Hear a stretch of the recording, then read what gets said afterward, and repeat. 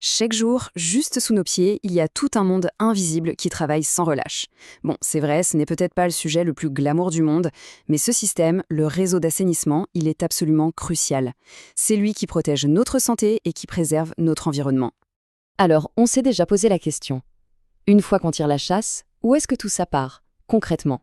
La question a l'air simple, hein, mais la réponse, elle, c'est une véritable merveille d'ingénierie. C'est ce système si complexe qui fait que nos villes peuvent fonctionner, tout simplement. Pour bien saisir le concept, la meilleure image, c'est de penser au système circulatoire d'une ville. C'est exactement ça. Il collecte tout ce dont la ville n'a plus besoin, il l'achemine vers des centres de traitement pour tout nettoyer, un peu comme notre corps finalement qui purifie le sang. Et attention, on ne parle pas juste de propreté là, c'est bien plus que ça. C'est une question de vie ou de mort. Littéralement, ces réseaux, c'est notre première et notre meilleure ligne de défense contre des maladies terribles comme le choléra ou la typhoïde. Des maladies qui, il ne faut pas l'oublier, ont ravagé des villes entières par le passé. Alors, pour bien comprendre comment tout ça se construit, on va suivre le parcours ensemble. On va partir de la toute première idée sur le papier jusqu'à la mise en service et même l'entretien. C'est parti. Ok, première étape, la planification. Et là, il faut bien comprendre que tout commence bien avant le premier coup de pioche. C'est vraiment l'étape la plus critique de toutes. Pourquoi? Parce qu'une seule petite erreur à ce stade, et ça peut avoir des conséquences désastreuses pendant des dizaines d'années.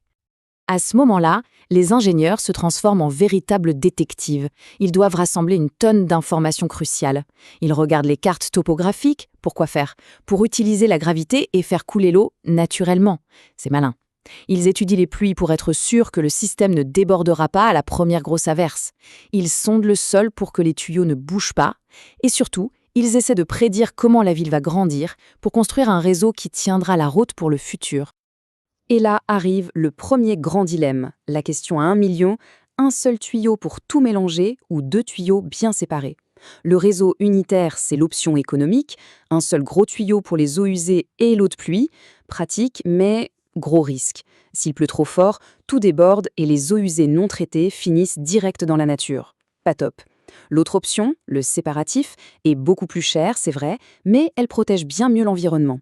C'est le grand classique, un arbitrage entre le portefeuille et la planète.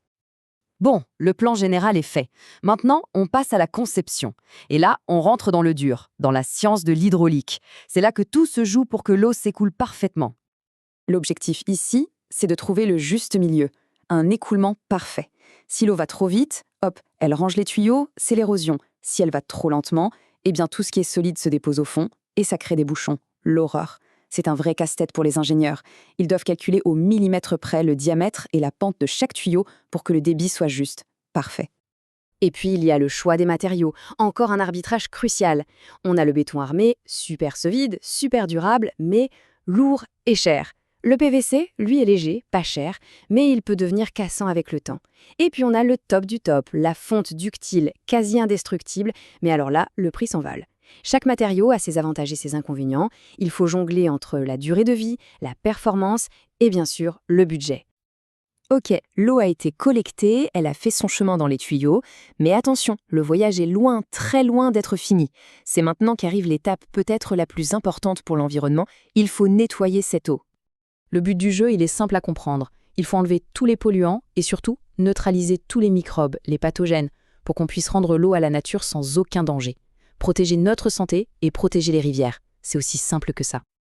Alors comment on fait? Première étape, le traitement physique. C'est du tri mécanique en gros.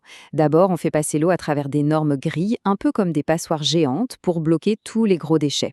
Ensuite, direction de grands bassins où on laisse l'eau se reposer. La gravité fait le reste, tout ce qui est lourd tombe gentiment au fond. Après le tri mécanique, on laisse faire la nature. C'est l'étape biologique.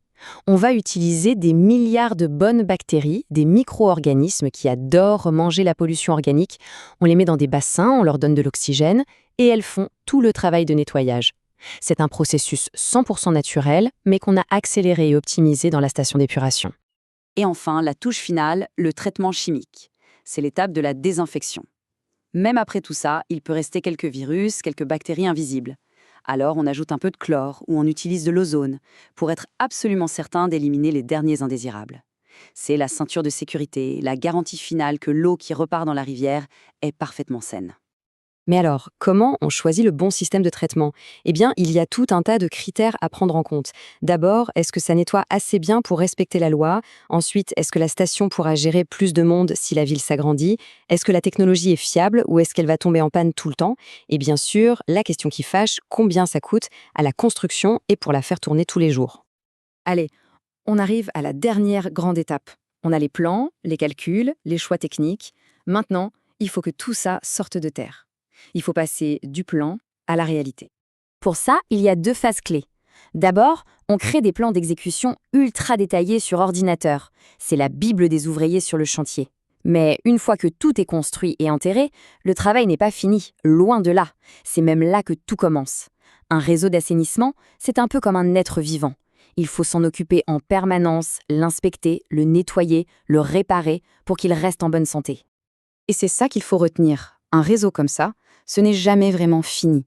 La maintenance, ce n'est pas une option, c'est une obligation.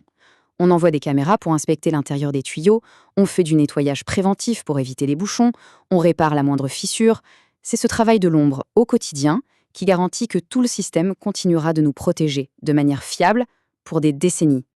Et voilà, on arrive à la fin de ce voyage dans les sous-sols de nos villes. Mais ça ouvre une nouvelle question, une question pour l'avenir.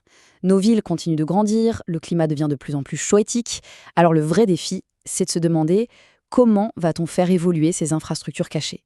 Comment les rendre encore plus intelligentes, plus résilientes, pour qu'elles puissent continuer à protéger les villes de demain?